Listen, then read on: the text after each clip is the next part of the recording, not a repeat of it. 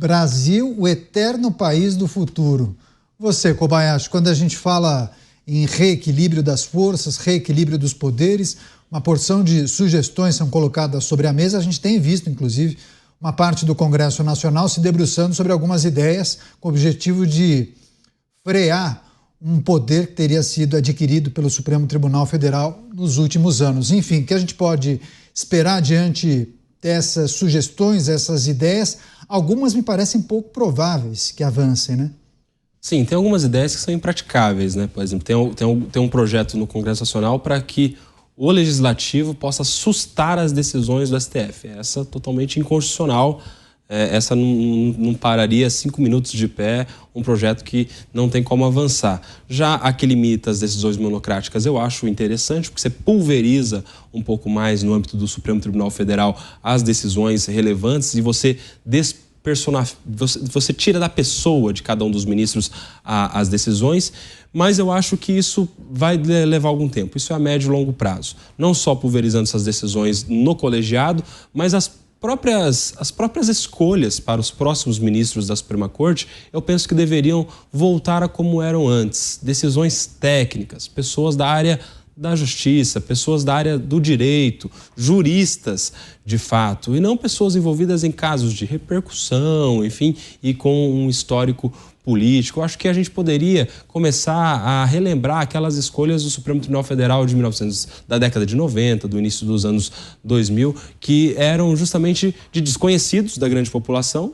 As pessoas não sabiam quem eram os ministros do Supremo, mas que eram pessoas com um currículo qualificadíssimo na área do direito, pessoas que não olhavam para uma cadeira do Supremo Tribunal Federal como uma oportunidade de um holofote muito grande para si próprio, mas simplesmente como uma celebração de uma carreira na área do direito. Mas isso depende, claro, das indicações e das votações do Senado Federal. Vamos nos lembrar que a gente nunca teve uma reprovação, pelo menos no tempo recente, nunca tivemos uma reprovação de alguém indicado para a Suprema Corte naquelas sabatinas no Senado. Ou seja, todos os ministros que lá estão e que desagradam o parlamento passaram em algum momento pelo próprio parlamento no Senado Federal e foram aprovados. Ou seja, tem também um pouco de meia-culpa desta maneira como o Congresso, em especial o Senado, lida com os nomes que são indicados para a Suprema Corte.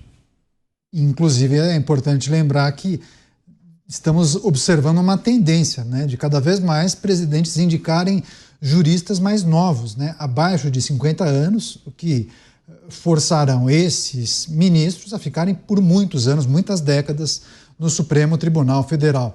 Você, delegado Palumbo, quer arrematar, trazer sua análise em relação a esse desafio que o país enfrenta para reequilibrar os poderes, um freio de arrumação, o que compete ao Congresso e o que não compete ao Congresso? Esse é o preço que se paga por indicações políticas. Não tem como não ser político um poder judiciário na Suprema Corte sendo indicado por político. Por isso que eu sou favorável de todos os juízes do Supremo Tribunal Federal serem juízes de carreira, exceto 2. Um que será o representante do Ministério Público e outro que será o representante da OAB.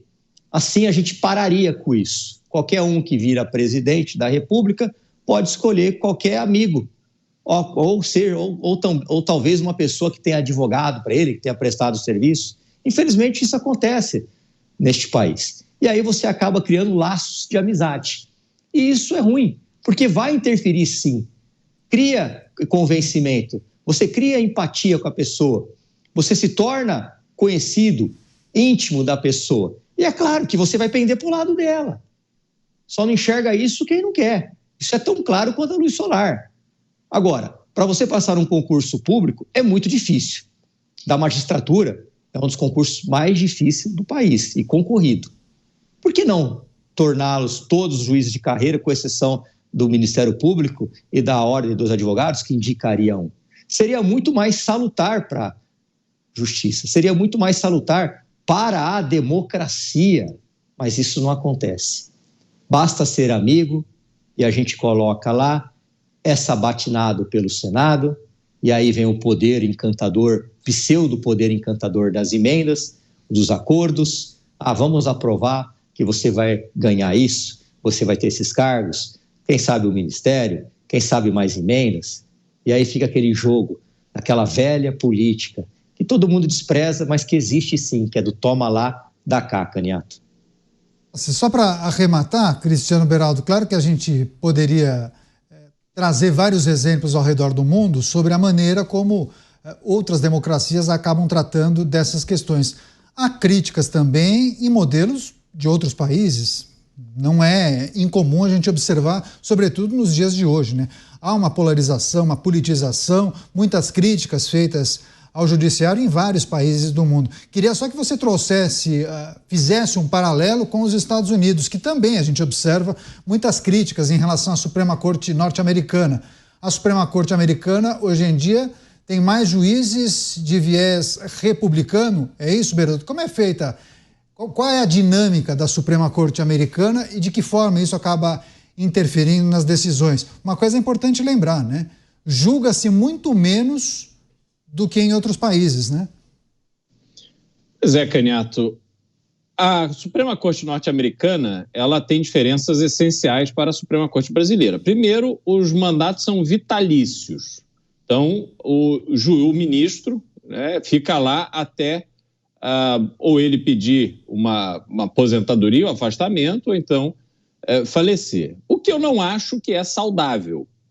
Respeito uma tradição do judiciário norte-americano, mas eu não acho que é saudável, porque naturalmente, no fim da vida, você tem uma capacidade para lidar com aqueles temas que estão ali tão importantes sendo debatidos, que naturalmente vai diminuindo, né, nessa etapa e exige uma rotina de trabalho muito intensa, que também não é idealmente compatível com alguém que já está lá, às vezes, com mais de 80, chegando nos 90 anos de idade.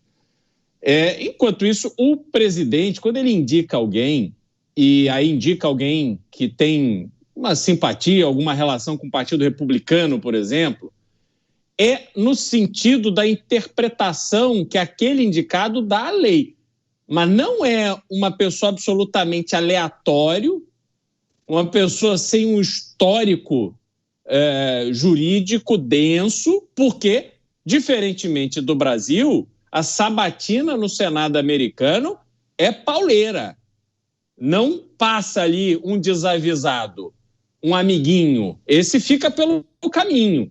Então, sabe-se que é exigido um determinado perfil, seja aquele indicado simpático às causas democratas ou simpático às causas republicanas. Tem mais uma diferença que, para mim, é muito importante, Caniato. Não tem TV Justiça. Ministro não está na corte para dar show, proferir voto de 200 páginas, fazendo cortes para a rede social. Quer saber o que está sendo julgado? Será publicado. Ou então vá lá, se credencie e vá lá assistir em loco. Mas não tem essa história dessa espetacularização da imagem. Ministro da Suprema Corte americana raramente dá entrevista. Não fica aí servindo de celebridade, dando showzinhos filmados pelos eventos e festas país afora. Então há uma forma muito diferente em lidar com o cargo, assim como o número de ações, como você citou, que chegam lá é muito reduzido, porque a Constituição é levada a sério.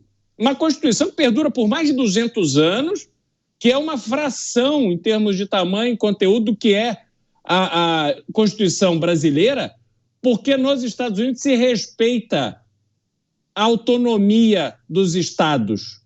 O Pacto Federativo nos Estados Unidos da América é no sentido de valorizar os estados e não de enfraquecer os estados, colocar os estados como meninos levados que têm que ser tutelados pelo diretor da escola, usando a analogia que fiz mais cedo.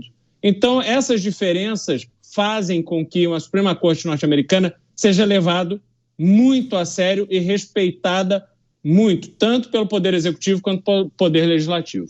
Agora, Koba, quando a gente pergunta para alguns analistas quando foi que teve esse ponto de virada, quando foi que a Corte Suprema adquiriu esse poder, ou pelo menos esse status, quando foi que a população começou a decorar o nome de todos os integrantes da Suprema Corte, muitos respondem justamente isso que o Beraldo acabou de dizer.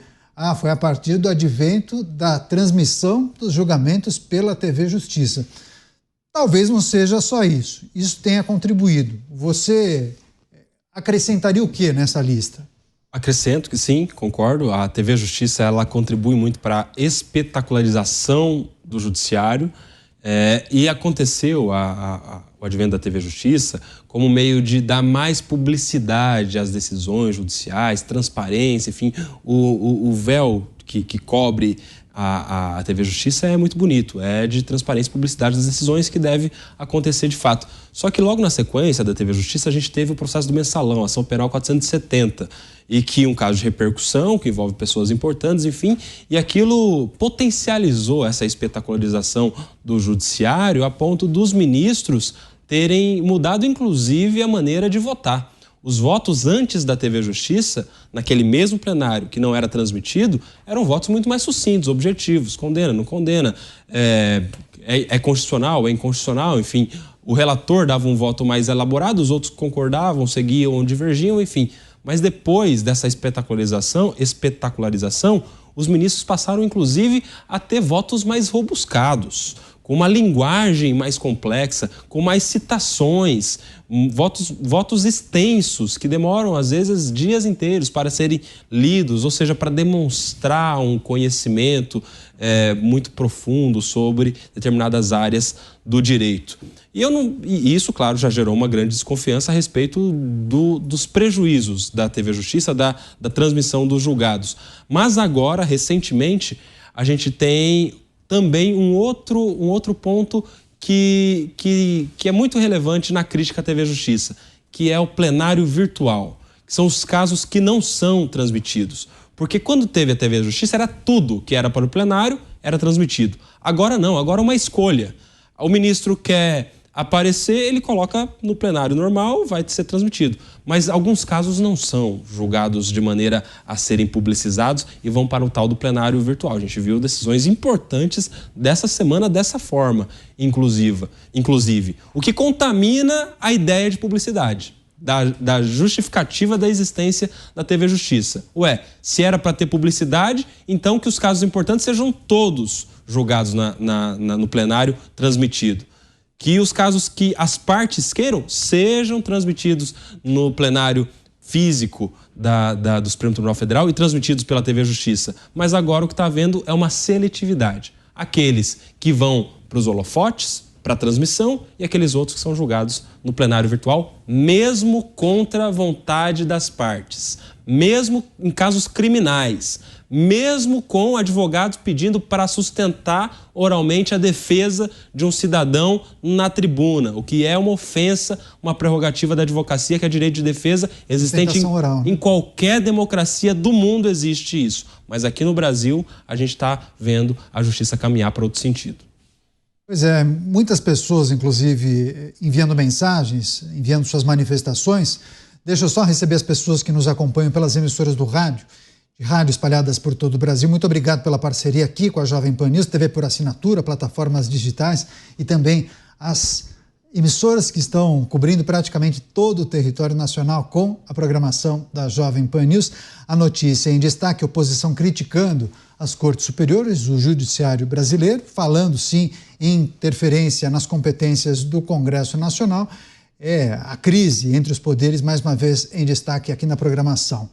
A insatisfação de parte do Congresso Nacional com as recentes decisões tomadas pelas cortes superiores, principalmente Supremo Tribunal Federal. Você, delegado Palumbo, não é incomum também a gente observar rusgas, discussões, interferência nos votos entre os próprios integrantes da Suprema Corte Brasileira e brigas ou discussões que acabam viralizando, E aí uma parte do grupo que acompanha essas manifestações se apoia e decide enaltecer a manifestação de um juiz.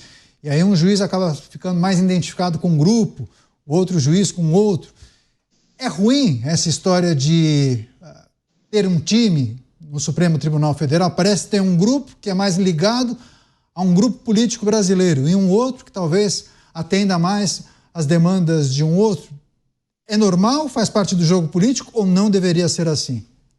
Não deveria ser assim. O juiz não deveria dar entrevistas, falar sobre casos que ele pode vir a julgar de determinada maneira. Um dos princípios do Poder Judiciário é a imparcialidade.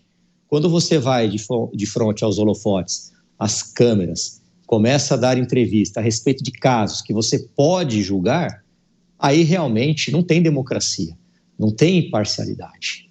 Como bem disse o Beraldo, é um absurdo a TV Câmara, é um absurdo o que estão fazendo. Essa exposição midiática, o juiz deve ser reservado.